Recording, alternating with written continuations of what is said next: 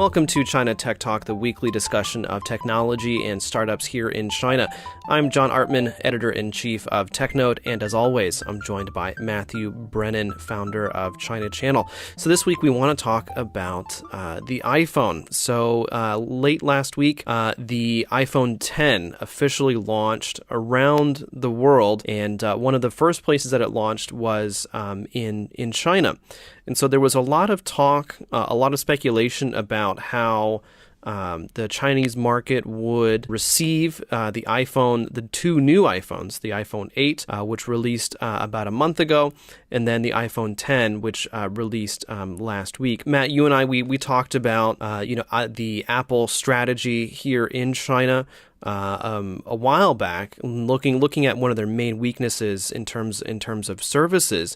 So we thought that we'd look at the iPhone 10 in particular and see how the Chinese mainland has reacted to it. And I think that from what I can tell, a lot of people are actually quite surprised. You look at the average resale price of the iPhone 10 in China is actually very, very low. On the day that it was released, we at TechNode, we saw that the resale price was about 600 renminbi. I was just reading that in some areas, for example, Shenzhen, which is right across from Hong Kong, which is where historically a lot of the gray phones have come from, and being resold. Looking at people reselling it there, they could only make about 100 renminbi over the price at which they bought it. And so it's really kind of interesting to see these kinds of data points, but then also the uptick in shipments to China of the iPhone 8, which was predicted to not do very well, in particular because people were waiting for the iPhone 10. Yeah, there was pictures of outside Apple stores when the iPhone 8 launched. It was just crickets. There was nothing, no queues, no lineup, and compared to what happened previously a few years ago with other model launches, that's a starking contrast. So everyone was kind of thinking, okay, well, everyone's waiting for the iPhone 10, or as most people in China are calling it, iPhone X, right? I think very few people. What do you call it, John? I mean, everyone I speak to in China says iPhone X. I keep going back and forth. I mean, part of me when I look at it, I say iPhone X in my head, but then I have to stop myself. No, it's the iPhone 10, John. Come on. Everyone I know is calling it X. So yeah, the popular opinion there was that everyone's waiting for the X. iPhone is a luxury brand. Apple's a luxury brand. People don't want the second best one; they want the best one. And that we've covered this in previous episodes, right? So Apple in China is a luxury brand, and a big part of how they've been able to be so successful in China previously is to do with the fact that they have a product which is more than just tech. It's a fashion icon. It's a status icon. It's something that used to be. Maybe that's changing with this new model because it is quite expensive, but it used to be that if you had an iPhone, that was something which was an expensive purchase and out of the reach of most consumers. And so it said something about how much money you had, and it was a great product. So, it used to be that iPhones were way ahead of all the other manufacturers in terms of the quality and the user experience. And I think both of those over the years, both those advantages have been eroded away slowly. And it's got to a stage where, the technology between high-end Android devices and Apple iPhones is not that different. The phone has got quite mature, and there's less and less ways to differentiate your products, and phones are all pretty good. They can all do everything you need them to do now. So it's really just like bells and whistles that are being added on at this stage.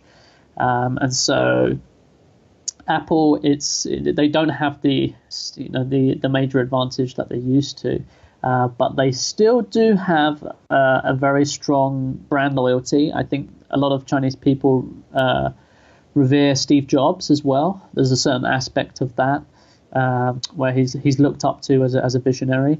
And the Apple brand, there's definitely lots of Apple fanboys in China, and I think it's stronger amongst women actually. From my personal experience, I always see like Chinese women are just like more into iPhones than the men. I think part of that is due to iOS, right? They're just used to using iOS. It's once you get locked into that operating system, then you don't want to change. So yeah, I mean, so looking at my milieu, if you will, working at TechNode with a lot of tech savvy people. So on our editorial team, on the Chinese editorial team, a lot of people have Apple products, not just iPhones, but also Apple Watches. A few, not too many, have the AirPods, and almost all of, I would say 90% of our entire company uses some form of MacBook laptop, whether it's an Air, whether it's a MacBook, whether it's a MacBook Pro or something like that. So our organization is fairly Apple enthusiastic, I guess if you can put it that way. And the thing is, I think this is, what you mentioned just now about, I think it decreasing as a status symbol, I think is a really important point to make. And it's something that perhaps, in terms of overall growth for the company has been damaging. But I think that really kind of what we're seeing in China is that the iPhone and Apple products in general are beginning to normalize in the culture, where it's not so much people using it as status symbols anymore, but the customer profile is becoming more and more similar to what you would see in other markets. So people who are relatively price insensitive, they look at an iPhone 10 or they look at the cost of an iPhone 8 and they say, hey, dropping 6,000, 7,000, 10,000 RMB for this phone, that's fine. I'm not gonna be worried about it. So they're relatively price insensitive, and they are and they like the brand. They like the user experience. They like how the different products play well together. That's one of the great things. It's one of the things that I like about Apple products is that, I have a MacBook, I have an iPhone, I have an iPad, and they all work well together. Anything that I put on iCloud Drive, it's going to be synced fairly well. They've gotten much better with that type of service over the years. And so I think that's really kind of what we're seeing in China more, is that people are buying the phone in a lot of ways because they like the brand, because they're interested in owning the product for owning the product's sake, rather than having it as a outward status symbol. And the thing is, I got a chance to play a little bit with the iPhone 10 just a few days ago, and it's really kind of fun, I have to admit. It took me a while to get used to it. I think there's going to be a lot of differences, but I think that, again, the same things that are drawing other markets to other customers in other markets to purchase the iPhone 10 is, I think it's going to be a similar motivation that we see in China. Yeah, it's awesome. So you've played around with the iPhone 10. Can you describe, John, what makes it so fun then? Well, I think it's fun in the sense that it's different, and I think that you read a lot of reviews, and they'll basically say the same thing. I think it's surprising. There's a bit of a learning curve. It's a soft learning curve, but it's a bit of a learning curve. And if you're a heavy Apple person like I am, I have a 6S. I've had it for almost 2 years now. I like it. I have no desire to upgrade at this point. But you're used to using your phone in a certain way, and a lot of it is centered around the home button. A lot of it is kind of how swipes are done. So swiping up, on all the models before the 10, you swipe up on the home screen, and that brings you to the control center. And so, whereas in the iPhone 10, you swipe up, and that closes the app, or that brings you home, or that pulls you into the multitasking screen screen. And then, where's the control center? Well, the control center is a different type of swipe from the top right instead. I didn't really get a chance to try the Face ID because it was just a demo model on display at a store. And so you can test the Face ID kind of registration, but then that's about it. I wasn't able to really kind of go in depth when it comes to Face ID. I've read some reviews about it and how, like, for example, if there is a notification that comes onto the screen while the phone is locked, the notification itself will not display what the content is until it verifies you with Face ID. And so that's a pretty cool application there. But again, I think that, as an iPhone user, as an Apple fan, just the idea of the iPhone 10, with the better screen, with more real estate compared to even the iPhone 8. Although the iPhone 8 Plus, but even though the iPhone 8 Plus, actually the screen width, it is wider than the iPhone 10. But I think, just some of these really interesting upgrades and just a different form factor and things like that. I mean, if I was, a price insensitive person, and unfortunately I'm not when it comes to this type of stuff, I probably would have bought one.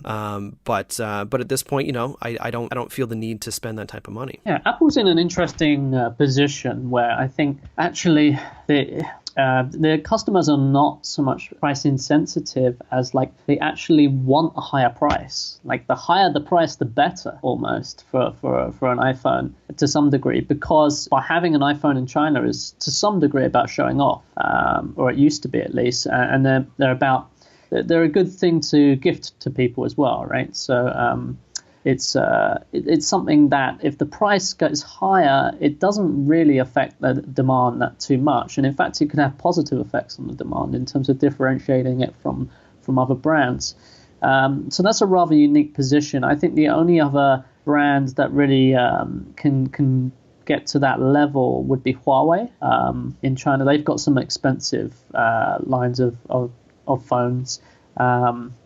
But they haven't really got anywhere near the sort of brand that Apple has. Well, it's funny too, because I would agree either Huawei or Samsung. Maybe not Samsung these days because of some of the quality issues, exploding batteries and such of earlier this year. But it's interesting because Ren Zhengfei, the founder and ostensible leader of the company, he announced earlier this week that Huawei wants to refocus on lower end phones. So I think I do agree that Huawei, is probably one of the big competitors when it comes to high end, but it seems that they're not really focusing on that all that much. Oh, that's interesting. I thought the low end was being dealt with. It's super competitive, and there's already very strong players in there with Oppo, Vivo, even Xiaomi has got like a pretty strong range, I think, of less expensive phones. So that area, and then there's a whole range of all the small players, right? They're usually priced at quite low. The sort of local brand small player for Android. Those guys can be really cheap. What's also another point is that people have made is for the new iPhone, there's no gold version, there's no red or rose version, which before Apple was releasing those, and it seemed to sort of in a way to tailor to the Chinese market, and certainly like the red version seemed to be that way. And people would expect those colors to be more popular in China.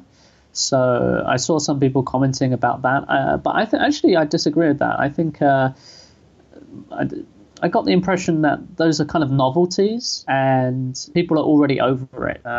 Actually, the colors of black and white are kind of the classics, and people. I don't think that's going to have a bit of effect on its popularity that people can't buy a gold iPhone 10 in China. Yeah, I tend to agree.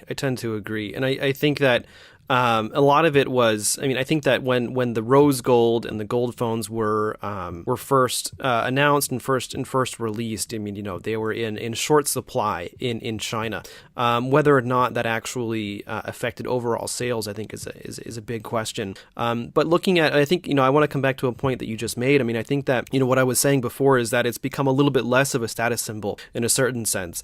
I don't think that necessarily applies to the iPhone 10 because the iPhone 10 is, the latest and greatest, whereas, the iPhone 8 is an iteration upon something very, very familiar. The iPhone 10 is a completely new experience, and so I think that it is going to be a status signaler in a certain sense, but I think also, but it's also, in the sense of, being the first one, being the first person in your group, being the first person at your office, being the first person among your friends, among your family to have this thing and to be able to show it off to them, I think is probably going to be a motivator as well. But again, it's going to be a motivator for people who are, I think, a little bit more who people tend towards purchasing iPhone and Apple products in general, and so in that sense, it's still kind of on the same level as I think users in other markets, where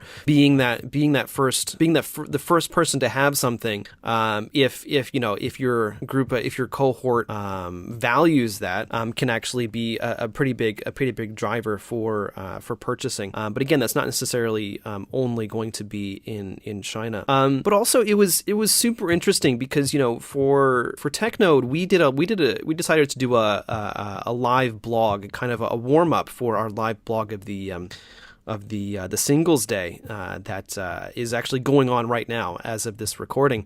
But so we wanted to do a live blog, and in part because we thought, okay, well, this is the iPhone 10. It's the release. Things are going to go crazy. A few years ago, I think when the iPhone 5 was released in China, people were in Beijing in particular were going crazy. At one point, the iPhone store, the Apple store actually had to close because people were just getting way too out of hand. Whereas with the iPhone 10, everything was just kind of normal. I think the only pictures that I saw of long queues was actually in Singapore, in Hong Kong, where again a lot of the gray market starts for the mainland. Lines were not that long. The only lines that were really long in China were in the Sanlitun store in Beijing. And, Sanlitun just in general is just a very, very busy area, perhaps the busiest area for foot traffic in the entire city. So it's not so surprising to see a little bit of a crowd, but it wasn't overwhelming. There was no point where, there was nothing sensational, and for us, we were kind of hoping for something a bit sensational, but then nothing happened. It was just, oh, there's this launch, but everyone's kind of acting normal. Yeah, totally. I mean, as I said before, it makes a lot of sense. I think in terms of the financials and how well this phone does, obviously tons of people in China are going to buy a new iPhone. For sure, it's going to have a big uptick. It's been a long time since they've released an iPhone, and they've had declining sales in China for 5 quarters before. So yes, there's definitely going to be a big spike in revenue from iPhone sales in China, 100%, right? But is it going to be anywhere near the level it was, back? What was it in 2014? I think it was, or 2015? 2000? When was it, John? When it was just super crazy. It was for iPhone 4 and 5. Yeah, it was iPhone 4 and 5. Yeah. Yeah, when it was just crazy. We're never going to see that again, I think. It's matured, and now it's about grinding out new features, and that's what's worrying for Apple, I think. Are they doomed in China? No. They've got a very strong position. I think a lot of it boils down to their brand and people not wanting to shift from iOS. But have the local players caught up? Yes, for sure. In terms of tech, they've caught up. Are the local players better at marketing? Generally, yeah, a lot better. Still, even now, even though that Apple has made a lot of positive changes to how they market in China, or how they approach China, opening up R&D centers, for example, localizing features, working with WeChat team closer and things like that. yeah, this is all good stuff. And Tim Cook was in China, a couple of days ago, wasn't he, to meet Xi Jinping? So, spending more time on the ground is also a good sign. But are these things going to stop a sort of slow decline? I don't think so. I think I think the local players will eventually end up grinding down Apple further and further over the next few years. I can't see anything that's going to change that with this new phone. Yeah, sorry. Yeah, go ahead, John. So yeah, I mean, I'm a bit on the fence about it. I think that, I mean, you look at some of the recent numbers, and so shipments of iPhones in general were after the iPhone 8 was released were up 40% year on year in China. Whether or not that is sustainable, we'll just have to see. I was not able to find any shipment figures or sales figures for the iPhone 10. Which is a bit of a shame. It would have been nice to have that to get a sense of how well it's doing. But I think that, I mean, really, the thing is for Apple, it's not so much about being this dominating force or this dominating player as it was in the past. And so I think that I completely agree that the Apple of today in China is very, very different than the Apple of 3 or 4 years ago. But yeah, that doesn't mean that they're doomed. It doesn't mean that they're we're never going to see iPhones in China again. I think again, the way that I kind of see it is just I think that things are just normalizing for them in this country, in the sense that what their strategy is going to be here is going to be very, very similar to what their strategy is all around the world, which is selling these premium products. And then upselling people on accessories. Ben Thompson had a great weekly article. I'll link it in the show notes about Apple, about the iPhone 10, and some of the things. And I think that one of the big takeaways from that piece was about Apple's strategy is really about finding their core users, finding the people who are going to buy the iPhone, generation after generation after generation. People who, when they want to buy a new phone, they're going to buy an iPhone. They're not going to switch to Android. And then upselling to them accessories. So the Apple Watch, the AirPods, even iPad to a certain degree. But you look at the Apple Watch and the Apple Watch and AirPods. I mean, you cannot use those really without an iPhone. And so it stands to reason that people who are buying the Apple Watch, people who are buying the AirPods also have an iPhone. And so I think that really does seem to be their strategy is pushing out the new iPhones, getting people to buy it, making it new enough that people who are on the fence about upgrading will actually upgrade, and selling to their core customer and getting them to buy accessories. I think looking at the iPhone 10, it's pretty clear that this is going to be the phone of the future. And so for myself, I'm not going to buy the iPhone 10 right now. Maybe in a couple of years when my iPhone right now dies. I mean, I've had it for almost 2 years, and the only problem that I have with it is that it's a cracked screen, and that's my fault for dropping it so many times. But the fact that I was able to drop it so many times and only just now get a cracked screen, I think really does show its build quality. And so with the iPhone 10, I mean, like their strategy globally is, this is the form factor of the future of the next 10 years or however long.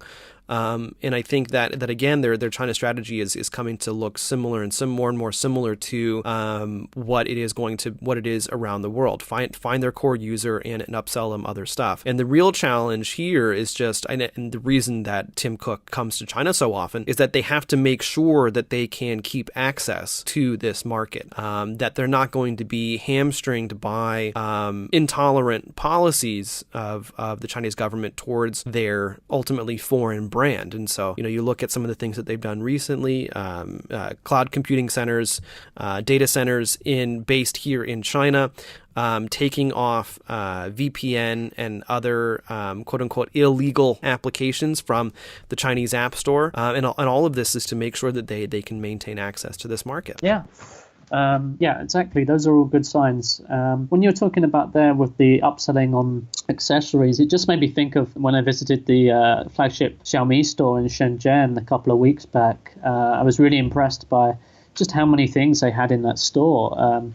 So Xiaomi has a similar strategy of the phone being the center of sort of IoT ecosystem, where you have all these connected devices within your home. And I've read about it before, and I've kind of seen some videos on it and stuff or whatever, and spoke to people. But when I went into the store, it actually sort of like, wow, okay, they actually have got a lot. I don't know how good some of these products might be of questionable quality. I really have no idea. Well, it is Xiaomi, unfortunately. Yeah, I mean, these products are not like super high-end products, but the sheer number of them is very impressive. They had in terms of SKUs, it was literally hundreds. They had like connected toothbrushes, connected tea sets and kettles, your home water filtration systems, little robots that clean your floor automatically, children's toys.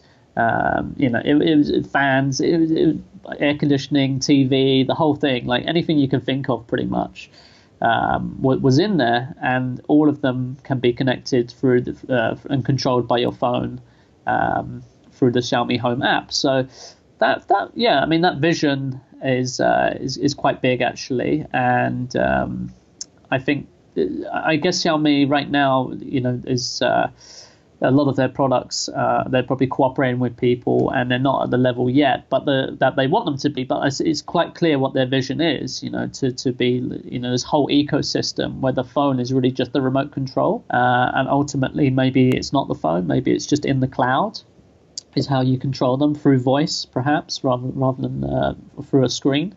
But yeah, that vision, I think, is something that Apple's got like earbuds, and it's got they've got other watches and other devices, but they've never they've never had like a truly such a large vision like that to control your home in expanding into such a wide variety of different areas, whereas they could have, I guess, if they really wanted to. Well, they kind of are with the HomePod, which is set to be released in December, if I remember correctly. I don't know what the release schedule is going to be in China. And the thing is, when it comes to this is kind of what I'm not very envious of the Western markets as a consumer in most regards. But the one area that I am a bit envious is the home. I think that in the United States, you look, and Western countries, you look at the dominant position of Google as well as Amazon when it comes to home-based products, and you really at this point, of course Apple's going to introduce their own, but at this point you really only have those two players, and so if you before the Google Assistant was introduced, if you wanted something like this in your home, you had the Echo, and that was basically it. Whereas in China, you have these large companies with their own ecosystems, and the way that they work is that they have to go into these new areas in order to make sure that their moat stays intact, that they're not disrupted by another large competitor. So what that means is that smart speakers, it's completely fragmented at this point. You have Alibaba and their Tmall Genie. You have Jingdong with their poorly named, if you ask me, Ding Dong speaker. And then you have the long tail of other smaller players making their smart speakers as well. And so as a consumer, I'm just bewildered because I don't want to get locked into the Alibaba ecosystem. I don't want to get locked into the Jingdong ecosystem. Because they're both great, and I want to have the option of using either one whenever I want. And so in that sense, I'm kind of hoping that maybe Apple, the HomePod, the price point's going to be much higher, but the HomePod maybe that can kind of be somewhere in the middle between Jingdong and Alibaba when it comes to smart speakers.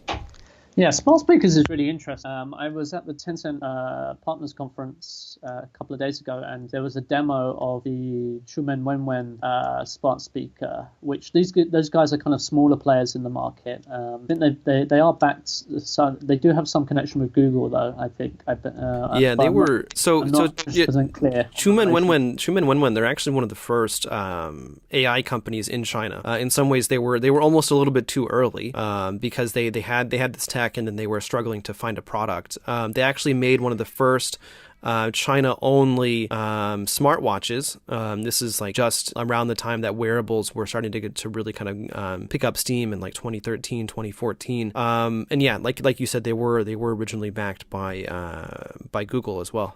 Yeah, so they don't have e-commerce. So you're just mentioning there, Jingdong and Alibaba have their solutions. And obviously in the States, Amazon's the one that is leading this market. And they were demoing their product. To be honest, it was quite unimpressive. I really struggled to see the value that it would bring into my life. But they were saying actually on these devices, buying stuff is actually number 3 or number 4 use case scenario. A lot of people are using it for like music or to control other devices. Is how they're more typically used. Of course, they would say that because they don't they don't have much e-commerce going on. But yeah, it kind of makes sense. I'm still very unconvinced about home speakers. I know it's taking off in the States, but here in China, I don't think it is taking off right now. And based on the demos that I've seen so far. I'm just, very bearish on it. But I would like to be convinced otherwise, I mean, you're not gonna find it from me, unfortunately. Yeah, I'd love someone to actually show me, the value it can bring my life here in China, because I just can't see it. Well, I think again, this is kind of how I'm envious, because I think that Amazon and Google, Amazon as a first mover and Google as a recent entrant. I think they're doing fairly well. I think in a lot of ways, because Google they do search and they have a lot of data, and they're able to present that in a convincing way. Amazon is very similar. They have a lot of data, and unlike Alibaba, for example, Amazon really is a technology company. They have so much processing going on in the background. It's pretty amazing what they can do as a tech company. And so with the Echo, I've only heard good things about the Echo. I've only heard good things about the Google Assistant. And I think that you look at Jingdong and Alibaba. They're not data companies to a certain degree. I think Jingdong perhaps is a little bit more than Alibaba, but it's hard to see them doing these AI powered voice recognition things. And with Siri, I've been using Siri a little bit more on my iPhone, but it's actually really frustrating sometimes. It's really, really frustrating where, Apple with iOS 11, they added more Siri integrations into apps. And so you can tell Siri to do something inside of an application. And I found that it works about 70% of the time. And when it doesn't work, it's super frustrating. I use it mostly to add reminders into OmniFocus, and so that way into my OmniFocus inbox. That way I can process it later. I don't have to pull out my iPhone and type stuff. I can just say, hey Siri, and of course now it just went off. But I tell it, I tell Siri, hey, add this thing to OmniFocus, and about 70% of the time it does. But then the other 30% of the time, it gives me some random web search, or it puts it into the reminders app, and in both cases that does not work and completely breaks the experience. So looking at smart speakers in China, I have no interest in buying one at this point. Again, I might think about getting a HomePod because it fits into my already existing Apple ecosystem. The way that I use these products and things like that. But no, I have no interest in getting a Xiaomi smart speaker. I have no interest in getting an Alibaba or a Jingdong one. I don't see the use case at all. I don't see how, like you said, I don't understand how these products can benefit me at all. Yeah, and from speaking to average Chinese people, I always ask. I like to ask lots of my wife's family and their friends and other people that I know here in Chengdu.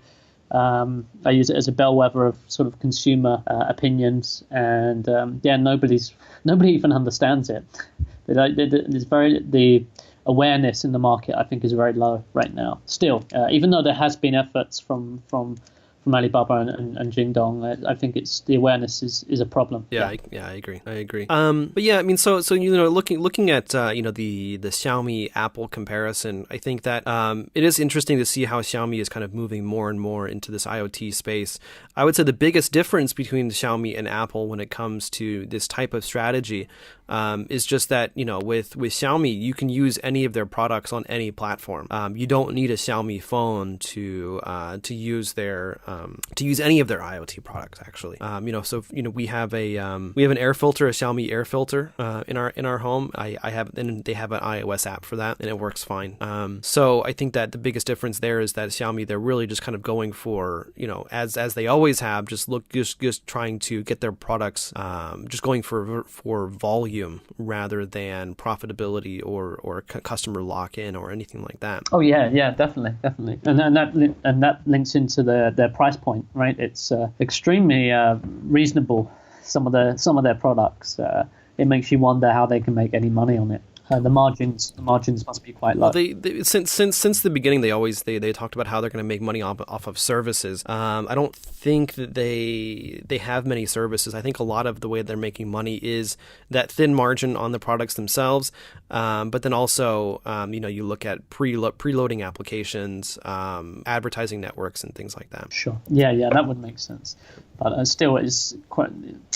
Can you support everything just through that? I don't know. This is another episode where exactly going into Xiaomi's business model. There have been strong questions asked about their business model. Yeah, and we're working on getting someone from Xiaomi onto the show. So that we'll see how that goes. Whether we can get them on, it'll be interesting to see what they say. Matt, kind of getting back to the original discussion, the iPhone 10 and Apple in China. I mean, like, what do you see 5 years? In 5 years, where do you think Apple's going to be? 5 years, a little bit far out. I would say in the next 3 years, Apple is definitely going to have an uptick in terms of their financials in the next quarter or two, at least because of iPhone X, essentially. But how big an uptick? The price is very high, so it could, in terms of just pure revenue, look pretty good actually.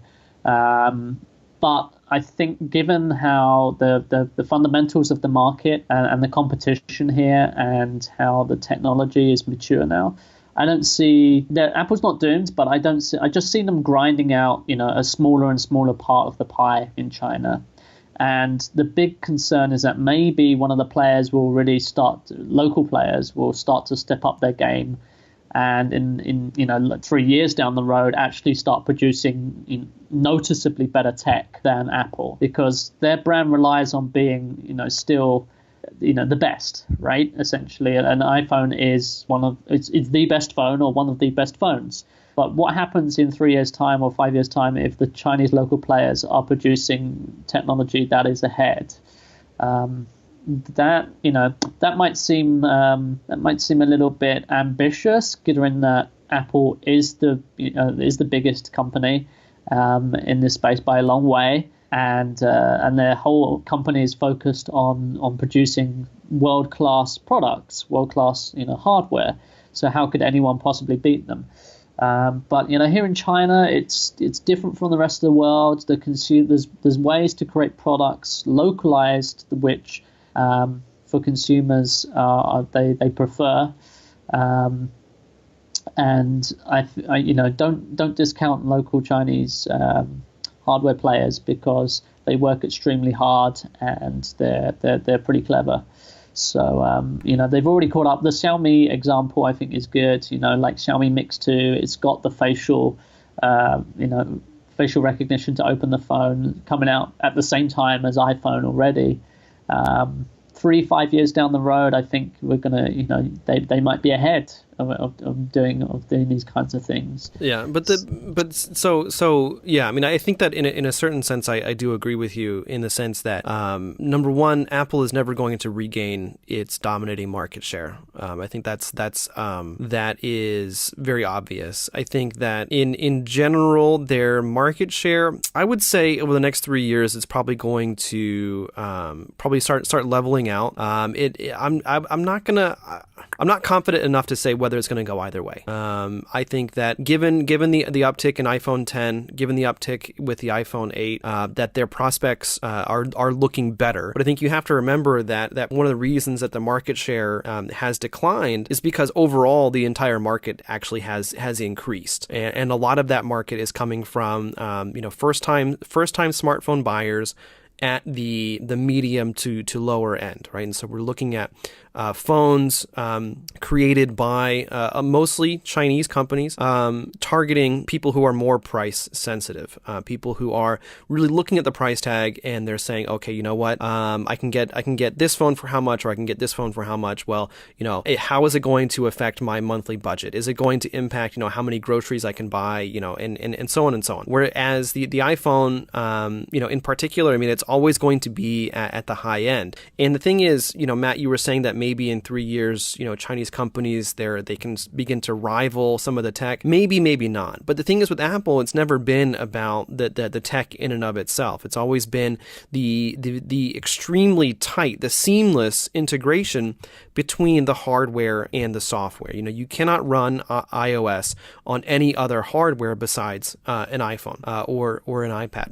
And so that integration and the fact that it's high quality hardware married with an amazing user experience, I think that that's very, very difficult for any company, not just Chinese companies, but any company to actually duplicate. Google seems like they are going to be trying, but you look at other players. I mean, Samsung. I mean, honestly, Samsung they're a bit of a joke. I mean, the screens look amazing because they make their own screens. They make their own OLED screens. But there's really no part of a Samsung phone that really stands out. That really isn't just a gimmick.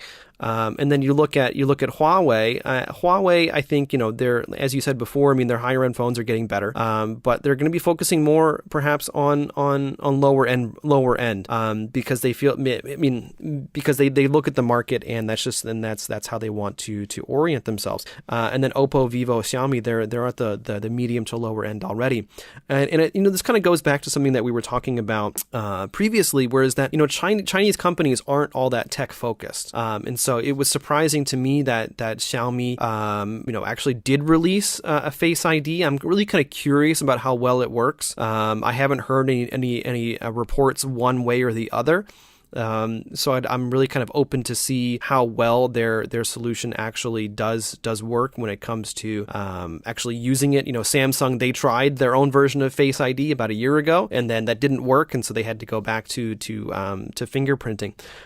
So I think that looking at Apple in China, iPhone, the market share is going to level off. I don't see it increasing that much. I don't see it decreasing that much. But I do think that really the strategy here, as I said before, the strategy here in China is really going to be similar to what they've done all around the world, except that they have to make very, very sure that they can actually stay in the market and that they're not going to be penalized or discriminated against by regulators here. Yeah, it makes sense. You make a really good point about how their market share has decreased, but then, yeah, you're right. The whole pie has grown so much over that time, and a lot of the pie growth has been in lower tier cities and inland areas, and those guys, yeah, they have iPhone users in them, but it's much less than the Android users. I think so. What we're basically saying is, it's not going to be a case where Apple's doomed, and it's not going to be a case where Apple is going to be stealing any great amount of more market share either. Things are either going to stay stable or, personally, I think they're going to slowly decline. But over the next 3 to 5 years, I think there'll be a continual erosion of their market share. But it will be small, and it will take. It won't be any big headlines, and it won't be some amazing changes and it will just be a very unsexy and slow grinding away of market share, because the local players will just find ways to take those consumers and bring them over to their offerings. So that's what I think is going to happen in the next 3 to 5 years, John. Yeah, I have to agree in a lot of ways. Again, I'm not quite confident enough to say either way. But at the end of the day, Apple, they're not a company that's focused on market share. So I think that it's kind of disingenuous for us, for other people looking at this to measure them by market share. I mean, you look at it, and they are perhaps the most successful company in history. They are able to they're some of the most profitable company right now. And so you look at their ability to make money, and ultimately that is what a business is about making money, and they're killing it. Either way you cut it, they're doing extremely well. So it's not always about market share. It's not always about shipment numbers. You look at the profits and the revenues, and they're doing very, very well. And so of course you look at market share, you look at shipments and sales and stuff, and obviously that's an indicator of whether how well they're going to do in the future, how well they're competing. But I think that year over year, these have always been concerns, and year over year they have shown that they're still able to innovate. They're still able to create great products that people want to keep buying. Yeah. I think that's, again, very valid points. It's not about, maybe for them it's market share is a poor way to assess how they're doing. It's about squeezing more and more dollars out of every high-end user, right? Exactly. But I think that's about all the time we have, Matt. To our listeners, as always, if you enjoyed this episode, we'd really appreciate it if you left us a review on iTunes. If you're on Overcast or on Pocket Cast, you can press that star button, and that will recommend this episode to your network.